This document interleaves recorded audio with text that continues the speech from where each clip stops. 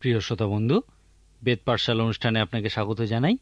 এই অনুষ্ঠানে আমরা গৌণ ভাওবাদীদের বইগুলি অধ্যয়ন করছি এবং এখন আমরা অবৈধীয় ভাওবাদীর বইটি অধ্যয়ন করতে চলেছি। আসুন আমরা দেখি বইটির শুরুতেই লেখা আছে ওবেদিয়ার দর্শন। প্রভু সদাপ্রভু ইদোমের বিষয়ে এই কথা কহেন, আমরা সদাপ্রভুর নিকট হইতে বার্তা শুনিয়াছি এবং জাতিগণের কাছে এক দূত প্রেরিত হইয়াছে। তোমরা উঠো, চলো, আমরা তার বিপক্ষে যুদ্ধ করণার্থে উঠিয়া যাই। দেখো, আমি তোমাকে জাতিগণের মধ্যে ক্ষুদ্র করিয়াছি, তুমি নিতান্ত অবজ্ঞার পাত্র। হে শৈলদরীবাসী, হে উচ্চস্থানবাসী, তোমার অন্তঃকরণের অহংকার তোমাকে বঞ্চনা করিয়াছে।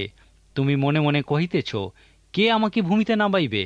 তুমি যদ্যপি ঈগল পক্ষী ন্যায় উচ্চে আরোহণ করো, যদ্যপি তারাগণের মধ্যে তোমার বাসা স্থাপিত হয়, তথাপি আমি তোমাকে তথা হইতে নামাইব, ইহা সদাপ্রভু কহেন। এইভাবেই এই বইটি শুরু হয়েছে। যেহেতু অবিধীয় ভাওবাদী বইটি খুবই ছোট, মাত্র একটি অধ্যায়, সেই জন্য তাকে গৌণ ভাওবাদীদের মধ্যেও গৌণ বলা হয়। বাইবেল এই বইটি সবথেকে ক্ষুদ্র বইগুলির একটি। অবেদীয় ভাওবাদী সেই লোকদেরকে অহংকারী, গর্বিত এবং তারা মনে করে তাদেরকে কেউ উঁচু থেকে নাবাতে পারবে না, এই কথাগুলি বলার মধ্যে দিয়ে কি বলতে চেয়েছিলেন? তার প্রচারের মূল বক্তব্য হল, যদ্যপি তারাগণের মধ্যে তোমার বাসা স্থাপিত হয়, তথাপি আমি তথা হইতে তোমাকে নাবাইব, ইহা সদাপ্রভু কহেন। অনেকে মনে করেন যে অবেদীয় ভাওবাদীর এই উপদেশ আমাদেরও পরের প্রজন্মের মানুষের জন্য, কারণ আমরা সেই গ্রহ নক্ষত্রে বসবাস করার কথা চিন্তা করি। অনেকেই মনে করেন যে এই উপদেশ আমাদের সমস্ত বিজ্ঞান ও প্রযুক্তিকে বলে যে যদি তুমি ইহাতে গর্ব করো এবং চিন্তা করো যে তুমি গ্রহ নক্ষত্রে বাসা করবে, আমি সেখান থেকেও তোমাকে নামাবো এবং দেখাবো যে তুমি শুধুমাত্র একজন মানুষ। কিন্তু শুধুমাত্র ইহাই অবেদীয় ভাওবাদী প্রকৃতপক্ষে বলেননি। এই বইটিও কোনো ঐতিহাসিক বিবরণ ছাড়াই শুরু হয়েছে। আমি আগে বলেছিলাম যেই ক্ষেত্রে বইটির মধ্যে ইহার মূল বক্তব্য দেখতে পাওয়া যায়। যদিও এই বইটির প্রথম দিকের পদগুলি কোনো ঐতিহাসিক তথ্য দেয় না, কিন্তু 11 পদে সেই ঐতিহাসিক প্রসঙ্গের বিষয়ে বলা হয়েছে, যার উপর ভিত্তি করে এই দর্শনের কথা বলা হয়েছে। অবেদীয় ভাওবাদী ইদোমে লোকেদেরকে বলেছিলেন, কিন্তু তোমার ভ্রাতার দিনে, তাহার বিষম দুর্দশার দিনে তাহার দিকে দৃষ্টি করিও না। জিহুদার সন্তানদের বিনাশের দিনে তাহাদের বিষয়ে আনন্দ করিও না এবং সংকটের দিনে দর্প কথা বলিও না। আমার প্রজাগণের বিপত্তির দিনে তাহাদের পুরোদ্বারে প্রবেশ করিও না। তুমি তাহাদের বিপত্তির দিনে তাহাদের অমঙ্গলের দিকে দৃষ্টি করিও না এবং তাহাদের বিপত্তির দিনে তাহাদের সম্পত্তিতে হস্তক্ষেপ করিও না। আর তাহাদের পলাতক দিগকে বধ করিবার জন্য পথের সংযোগস্থানে দাঁড়াইও না এবং সংকটের দিনে তাহাদের রক্ষাপ্রাপ্ত লোকদিগকে শত্রু হস্তে সমর্পণ করিও না। কেননা সর্বজাতির উপরে সদাপ্রভুর দিন সন্নিকট। তুমি যেরূপ করিয়াছ, তোমার প্রতিও সেই রূপ করা যাইবে। তোমার অপকারের ফল তোমারই মস্তকে বর্তিবে। অবেদীয় ভাওবাদীর এই প্রচারের মূল কথা প্রকৃতপক্ষে উপলব্ধি করার জন্য ইদোম কথাটিকে অবশ্যই বুঝতে হবে। এই ইদোমের লোকেরা, যাদেরকে ইদোমীয় বলা হতো, তারা পাহাড়ে বাস করত। মাটি থেকে প্রায় 700 ফুট উচ্চতায় পাহাড়ের গুহায় তারা থাকত। তারা যাতায়াতের জন্য দড়ির মই ব্যবহার করত। সেখান থেকে তারা এই মই বেয়ে নেমে আসত এবং লোকদেরকে আক্রমণ করে তাদের জিনিসপত্র লুট করত। তারপর আবার সেই পাহাড়ের গুহায় পালিয়ে যেত এবং সেই মইটি তুলে নিত, আর এইভাবে তারা নিজেদেরকে অজেয় মনে করত। অবেদীয় ভাওবাদী এই জন্যই বলেছিলেন, তুমি মনে মনে কহিতেছ, কে আমাকে ভূমিতে নামাইবে? আমি তোমাকে তথা হইতে নামাইব, ইহা সদাপ্রভু কহেন। সেই সময় অন্য লোকেরাও সেই ইদোমীয়দেরকে নামিয়ে আনার জন্য বদ্ধপরিকর হয়েছিল। সেই ইদোমীয়রা পাহাড়ের গায়েই তাদের মন্দির স্থাপন করেছিল এবং ইহা প্রকৃতই সুন্দর ছিল। আজও সেই সমস্ত কিছু দেখতে পাওয়া যায়। এখন প্রশ্ন হলো, এই ইদোমীয় কারা? এই প্রশ্নের উত্তর পাওয়ার জন্য আমাদেরকে আদি পুস্তকে ফিরে যেতে হবে। আপনার নিশ্চয়ই সেই যমজ সন্তানের কথা মনে আছে। তাদের নাম ছিল যাকব এবং এসৌ। তারা বিভিন্ন ক্ষেত্রে পরস্পরের সম্পূর্ণ বিপরীত ছিলেন। এসৌ তার জ্যেষ্ঠাধিকার আত্মিক বিষয় সকলের প্রতি উদাসীন ছিলেন। তিনি মাত্র একপাত্র খাবারের বিনিময়ে তার জ্যেষ্ঠাধিকার বিক্রি করে দিয়েছিলেন। তিনি আমাদের কাছে আত্মিক বিষয় সকলের প্রতি উদাসীন এমন একজন মানুষেরই প্রতীকস্বরূপ। যাকব আমাদের কাছে একজন আত্মিক মানুষের চিত্র প্রদর্শন করেন, যদিও তিনি একজন প্রবঞ্চক ছিলেন। তিনি একজন প্রবঞ্চক ছিলেন বলেই একজন আত্মিক মানুষের প্রতীকস্বরূপ হতে পেরেছেন। যাকব সম্পূর্ণ নিষ্কলঙ্ক মানুষ ছিলেন না, কিন্তু তিনি আত্মিক বিষয়ের গুরুত্ব জানতেন এবং সেগুলি পাওয়ার জন্য উদগ্রীব ছিলেন। যদি আপনি আদি পুস্তকে এই দুই যমজ ভাইয়ের কাহিনী পড়েন, তাহলে দেখবেন এই কাহিনীর শেষে তারা দুজন বন্ধুতে পরিণত হয়েছিল। আমরা বলেছিলাম যাকব থেকে একটা জাতি উৎপন্ন হয়েছিল যার নাম ছিল ইসরায়েল। একইভাবে এশর থেকেও একটা জাতি উৎপন্ন হয়েছিল, আর এই জাতি হলো সেই ইদোম। এই ইদোমীয়রাই ইসরায়েলীয়দের প্রকৃতই ঘৃণা করত। যখন কোনো সৈন্যবাহিনী জেরুসালেম আক্রমণ করত, তখন ইদোমীয়রা তাদের সঙ্গে যোগ দিত যেন তারা সেই জিহুদীদের হত্যা করতে পারে। তারা জিহুদীদের হত্যা করতে ভালোবাসত। ওবেদীয় ভাওবাদীর হৃদয়ে প্রকৃতই যে বিষয়টা ছিল তা হলো, আমি আগেই বলেছিলাম, জেরুসালেম শহর 20 বছরের মধ্যে অনেকবার আক্রান্ত হয়েছিল। পণ্ডিত ব্যক্তিরা মনে করেন যে ওবেদীয় ভাওবাদী সিদিকীয় রাজার সময় জেরুসালেমের পতনের বিষয়ে বলেছেন, যখন সেই শহর সম্পূর্ণ ধ্বংস করে দেওয়া হয়েছিল এবং জীবিত প্রায় প্রত্যেককেই বাবিলে বন্দী করে নিয়ে যাওয়া হয়েছিল। এই দুঃখপূর্ণ ঘটনার সময় সেই ইদোমীয়রা উল্লাস করেছিল। তারা জেরুসালেম শহর লুট করার জন্য বাবিলীয়দের সঙ্গে যোগ দিয়েছিল। মাঝে মাঝে তারা সেই পালিয়ে যাওয়া জিহুদীদের হত্যা পর্যন্ত করত, কারণ তারা তাদেরকে ঘৃণা করত। এই বিষয়টি আপনাকে ওবেদীয় ভাওবাদীর এই বইটি প্রকৃতই বুঝতে সাহায্য করবে। তিনি তার প্রচারের একটি জায়গায় সেই ইদোমীয়দের উদ্দেশ্যে অন্তত 8 বার বলেছেন, তোমরা করিও না। ইহা আমরা এই বইয়ের 12 থেকে 15 পদে দেখতে পাই, যে অংশটা আমরা একটু আগেই পড়েছি। পরিশেষে আমরা অন্যান্য ভাওবাদীদের বইগুলির মতোই এখানেও দেখি সেই ঈশ্বরের দিনের কথা। ওবেদীয় ভাওবাদী খুবই দক্ষতার সঙ্গে স্পষ্ট করে বলেছেন, বাবিলের সময়ে তারা আমার লোকেদের উপরে অত্যাচার উৎপীড়ন করেছে। আমার মনোনীত জাতি সেই ইসরায়েল, জিহুদার লোকেরা তাদের শাস্তি লাভ করেছে, কিন্তু তোমরাও শাস্তি পাবে, আর তা খুব ছোট কোনো বিষয় নয়, কিন্তু সেই শাস্তি প্রকৃতই কঠোর ও নিষ্ঠুর হবে। ওবেদীয় ভাওবাদী ইদোমকে ধ্বংস করবে সেই বিষয়েও ভবিষ্যৎবাণী করেছিলেন। তিনি বলেছিলেন, সে বাবিলীয় এবং রোমীয়রা, যাদেরকে ইদোমীয়রা বন্ধুরূপে বিশ্বাস করত, তারাই ঈশ্বরের অনুপ্রেরণায় তাদেরকে ধ্বংস করবে। আর প্রাচীন ইতিহাস বলে ওবেদীয় ভাওবাদীর এই ভবিষ্যৎবাণী সত্য প্রমাণিত হয়েছিল। জেরুসালেম শহর অধিকারের 5 বছর পর বাবিলীয়রা সেই ইদোম অধিকার করেছিল। এর বেশ কিছু বছর পর রোমীয়রা সেই ইদোম অধিকার করেছিল এবং তারা সেখানে এমন কিছু করেছিল যে জন্য তারা বিখ্যাত হয়ে আছে। তারা জানতো যে ইদোমীয়রা জিহুদীদের ঘৃণা করে, এই জন্য তারা একজন ইদোমীয়কে জিহুদীদের উপরে পুতুল রাজা করেছিল। রাজা হেরোদ হলেন সেই মন্দ রাজা, আর ইনি সেই নির্দোষ শিশুদের হত্যা করার আদেশ দিয়েছিলেন। রোমীয়রা যখন জেরুসালেম শহর অধিকার করেছিল, তারা তখন সেই ইদোমীয়দের সম্পূর্ণ ধ্বংস করেছিল। তারা তাদের একজনকেও ছাড়েনি। আর এইভাবেই আক্ষরিক অর্থেই ওবেদীয় ভাওবাদীর ভবিষ্যৎবাণী পূর্ণ হয়েছিল। এই ওবেদীয় পুস্তকটি ভবিষ্যৎবাণীর পরিপূর্ণতার প্রসঙ্গে একটি অতি আকর্ষণীয় পুস্তক। পবিত্র শাস্ত্রের এই ছোট্ট বইটি এক কথায় কি বলতে চায়? ওবেদীয় ভাওবাদীর প্রচার থেকে আমরা কিছু খুবই গুরুত্বপূর্ণ আধ্যাত্মিক আবেদনের বিষয় দেখতে পাই। প্রথমত, আমার মনে হয় ওবেদীয় ভাওবাদীর বক্তব্য রোমীয় পুস্তকের 8 অধ্যায় 28 পদে দেখতে পাওয়া যায়। লেখা আছে, আমরা জানি যারা ঈশ্বরকে প্রেম করে, যাহারা তাহার সংকল্প অনুসারে আহুত, তাহাদের পক্ষে সকলই মঙ্গলার্থে একসঙ্গে কার্য করিতেছে। আমরা ইব্রিয় পুস্তকের 12 অধ্যায়ে এবং আরও অন্যান্য জায়গায় দেখেছি যে ঈশ্বরের সন্তানেরা কখনোই পাপের সঙ্গে বা মন্দ কাজের সঙ্গে থাকতে পারে না। যদি আপনি ঈশ্বরের সন্তান হন, তাহলে আপনিও পাপের সঙ্গে থাকতে পারবেন না। আপনি ইয়া পারবেন না, কারণ ঈশ্বরের লোকেরা পাপ করলে তাদেরকে শাস্তি পেতে হয়। এই প্রচারে বর্ণিত জিহুদার অবস্থা দেখে আমরা সেখান থেকে ইহাই আধ্যাত্মিক আবেদন রূপে দেখতে পাই। সেই ইদোমীয়রা জিহুদার দশা শোচনীয় করে তুলেছিল। ওবেদীয় ভাওবাদীর প্রচারে আমরা সেই ইদোমীয়দের সম্পূর্ণ ধ্বংসের মধ্যে দিয়ে ঈশ্বরের শাস্তি তাদের উপরে নেমে আসার বিষয় দেখতে পাই। এরপর ব্যক্তিগত আধ্যাত্মিক আবেদন রূপে আমরা অন্য একটি বিষয় দেখতে পাই। বাইবেল বলে বিশ্বাসঘাতকদের পথ অসমান। এই বিশ্বাসঘাতক হলো তারা যারা ঈশ্বরের বাক্যানুযায়ী চলে না এবং তা উপেক্ষা করে। পবিত্র শাস্ত্র বলে তাদের পথ অসমান, কারণ সব শেষে তাদেরকে তাদের কর্মফল ভোগ করতেই হবে। তাদের কর্মফল সর্বদা তিক্ত হয়ে থাকে। সুতরাং বিশ্বাসঘাতকদের হিংসা করবেন না। ইদমকে যখন ঈশ্বরের শাস্তি পেতে দেখবেন, তখন প্রকৃতই বুঝতে পারবেন যে বিশ্বাসঘাতকদের পথ অসমান বা কতটা কঠিন।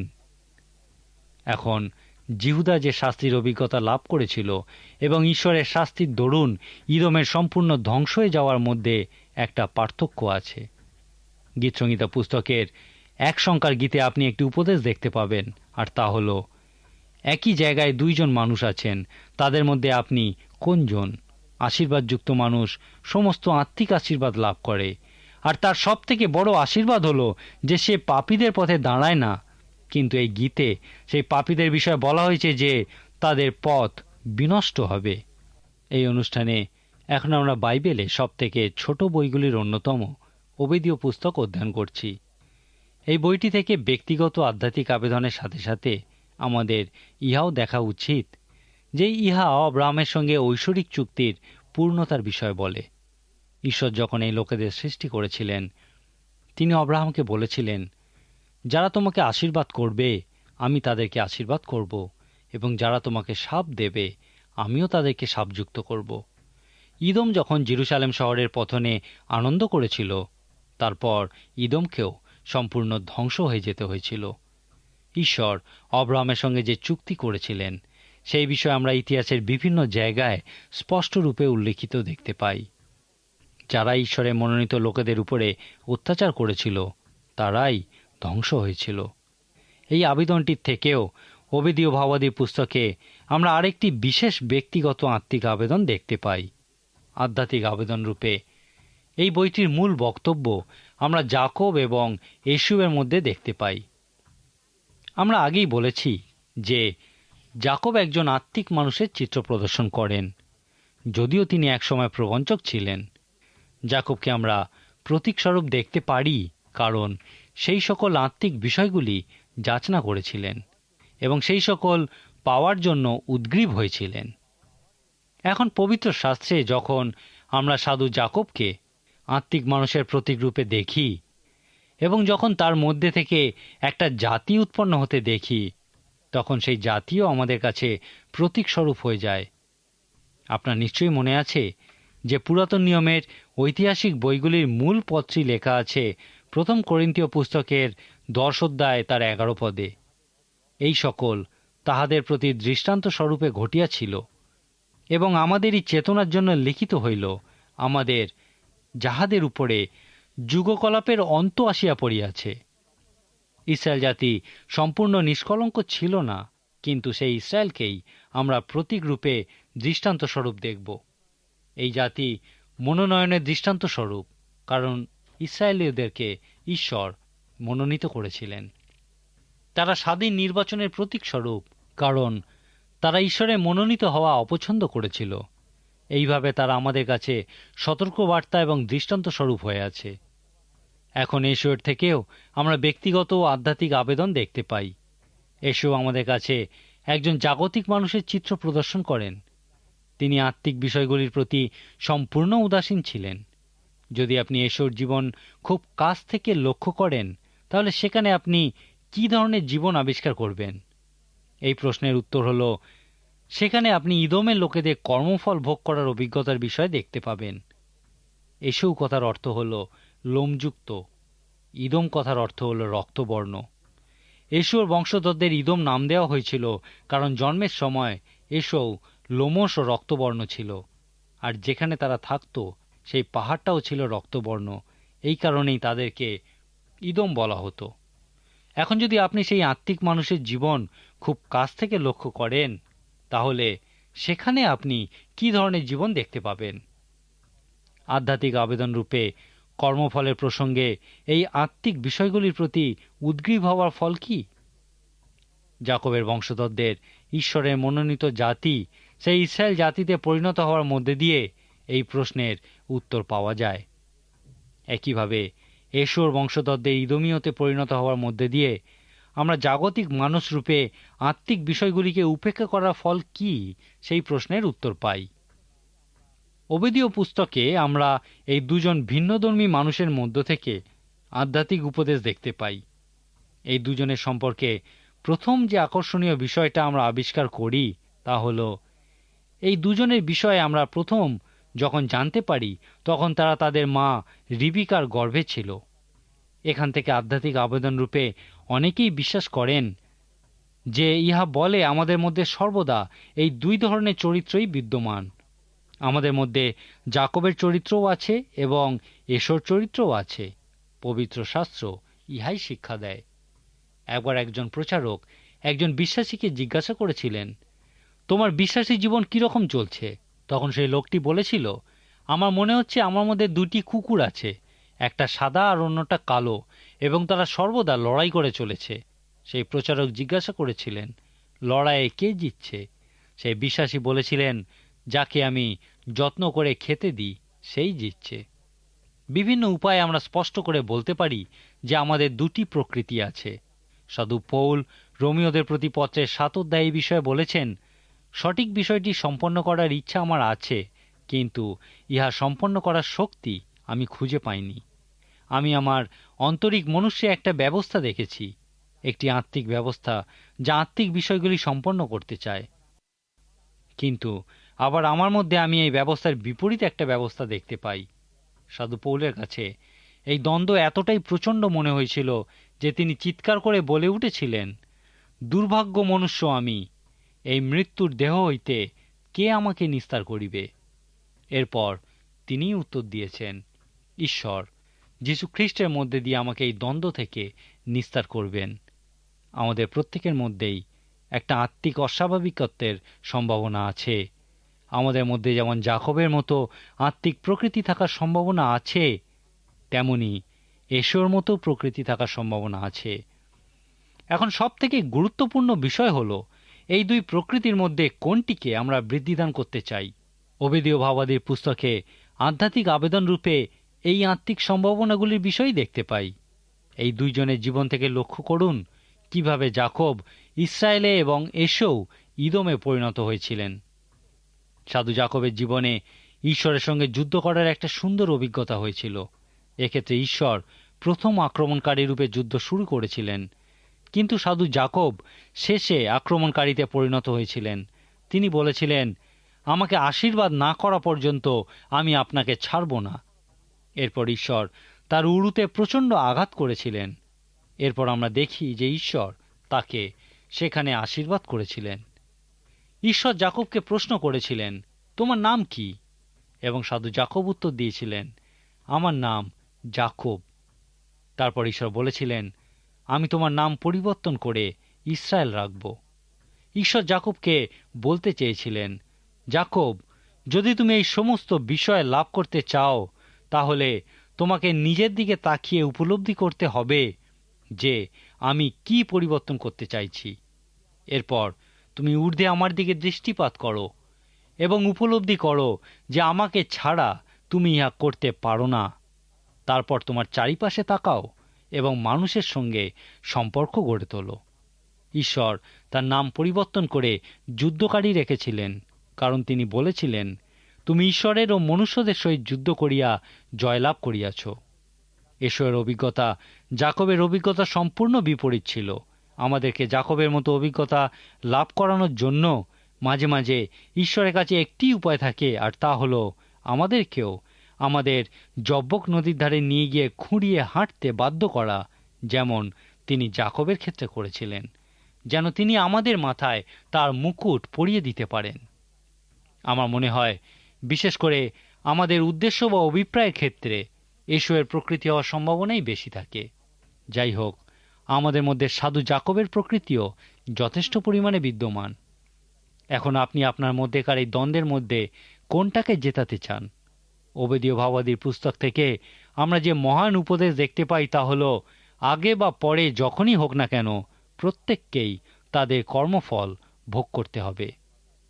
প্রকৃতিগতভাবে যাকবের মতো জীবনযাপন করার বা এশোয়ের মতো জীবনযাপন করার দুটি ক্ষেত্রেই আলাদা আলাদা ফল দেখতে পাওয়া যায়। ইসরায়েল জাতির উৎপত্তি জাকবের মতো জীবনযাপনের ফলের চিত্র প্রদর্শন করে এবং ইদোম এসবের মতো জীবনযাপনের ফলের চিত্র প্রদর্শন করে। ইদোমের মধ্যে দিয়ে আমরা সেই বিখ্যাত ব্যবস্থার বিষয়ে দেখতে পাই যে তুমি যেমন কাজ করেছ তোমার প্রতিও সেই রকমই করা যাবে। ওবিদীয় ভাববাদীর মধ্যে দিয়ে ঈশ্বর তাদেরকে বলেছিলেন, তোমরা আমার লোকেদের প্রতি যেরকম কাজ করছো তোমাদের প্রতিও সেই সমস্তই ঘটবে। যদি আপনি ওবিদীয় ভাববাদীর উপদেশ থেকে ব্যক্তিগত আধ্যাত্মিক আবেদন দেখতে চান, তাহলে আপনাকে সেই যমজ ভ্রাতৃদ্বয় জাকব ও এশুয়ের জীবন থেকে আধ্যাত্মিক আবেদন আবিষ্কার করার চেষ্টা করতে হবে। আদি পুস্তকে ইয়া খুব সহজভাবে বলা হয়েছে, যেখানে আমরা দেখি এসেও তার জ্যেষ্ঠাধিকার একমাত্র খাবারের বিনিময়ে বিক্রয় করেছিলেন, আর ইয়াকে আমরা এশুয়ের পাপ বলে থাকি। আজকের দিনে যুব সম্প্রদায়ের মধ্যে এমন অনেকেই আছেন যারা তাদের জীবনে ঈশ্বরের পরিকল্পনার বিষয়ে উপলব্ধি করেছেন। মনে করা যাক, কোনো একজন যুবককে ঈশ্বর একজন ডাক্তার রূপে তার সেবা কাজে যোগ দেওয়ার জন্য আহ্বান করেছেন। এখন যখন সেই যুবক নিজেকে সেই কাজের জন্য প্রস্তুত করছে, সেই সময় হঠাৎ তার জীবনে একটা প্রলোভন উপস্থিত হলো। সেই যুবক একটা স্ত্রীর সঙ্গে পরিচিত হলো এবং তাকে বিবাহ করতে বদ্ধপরিকর হলো। তাদের মনে তখন এই যুক্তি এলো যে তারা দুইজনে বিবাহ করে এবং একত্রে কাজ করে, তাহলে তারা প্রকৃতই সুখী জীবনযাপন করতে পারবে। এখন যদি সেই যুবক ইহাই করে থাকে, তাহলে সে এসবের মতোই পাপ করে। সঙ্গে সঙ্গেই হোক বা পরেই হোক, তারা এই বিষয়টাকে সেই একমাত্র খাদ্যের মতোই মনে করবে, কারণ তারা উপলব্ধি করবে যে তারা ঈশ্বরের প্রকৃত পরিকল্পনা থেকে দূরে সরে গেছে। ওবেদীয় ভাববাদীর রূপক অর্থে এই দুজনের জীবন থেকে ব্যক্তিগত আধ্যাত্মিক আবেদন আমাদেরকে দেখিয়েছেন। এসবের মতো পাপ করা ফল কি এবং তারা কোথায় গিয়ে শেষ করে? ওবেদীয় ভাববাদী বলেছেন তারা ইদোমে শেষ করে। জাকবের মতো জীবনযাপনও কোনো একটি জায়গায় গিয়ে শেষ হয়।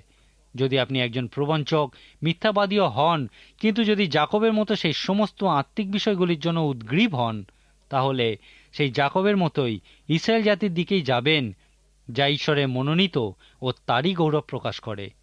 যদিও ইসরায়েল জাতির আত্মিক অবস্থান এখনো সঠিক নয়, তথাপি পবিত্র শাস্ত্র বলে একদিন তাদেরকে আত্মিকভাবে পুনরুদ্ধার করা হবে। জাকব এবং এশোয়ের জীবনের চূড়ান্ত রূপক অর্থ ততদিন পর্যন্ত লেখা হবে না যতদিন না আত্মিকভাবে ইসরায়েলের পুনরুদ্ধার সম্পন্ন হচ্ছে। যখন আমরা ভাববাদীদের ভবিষ্যৎবাণী অনুযায়ী সেই নতুন জেরুসালেম ও ইসরায়েলের আত্মিক পুনরুদ্ধার দেখব, তখনই সেই রূপক অর্থের শেষ অধ্যায়টি লেখা হবে, আর ইহাই হবে ওবেদীয় ভাববাদীর মধ্যে দিয়ে ঈশ্বরের উপদেশের চূড়ান্ত পূর্ণতা প্রাপ্তি। আজকের মতো আমি আপনাকে একটা প্রশ্ন দিয়ে শেষ করতে চাই। আপনি আপনার জীবনে কিরকম কর্মফল ভোগ করতে চলেছেন? আপনি এসবের মতো সেই অনন্তকালস্থায়ী আত্মিক বিষয়ের থেকে ক্ষণস্থায়ী জাগতিক বিষয়গুলির প্রতি কি অধিক অনুরক্ত? বা আপনি সাধু জাকবের মতো সম্পূর্ণ নিষ্কলঙ্ক না হয়েও সেই সমস্ত আত্মিক বিষয়গুলি লাভ করতে চাইছেন যা অনন্তকাল স্থায়ী? এই দুটি সম্ভাবনাই আপনার মধ্যে আছে এবং আপনাকে একটা বেছে নিতে হবে। আজকের মতো তাহলে এখানেই শেষ করি। ঈশ্বর আপনার মঙ্গল করুন।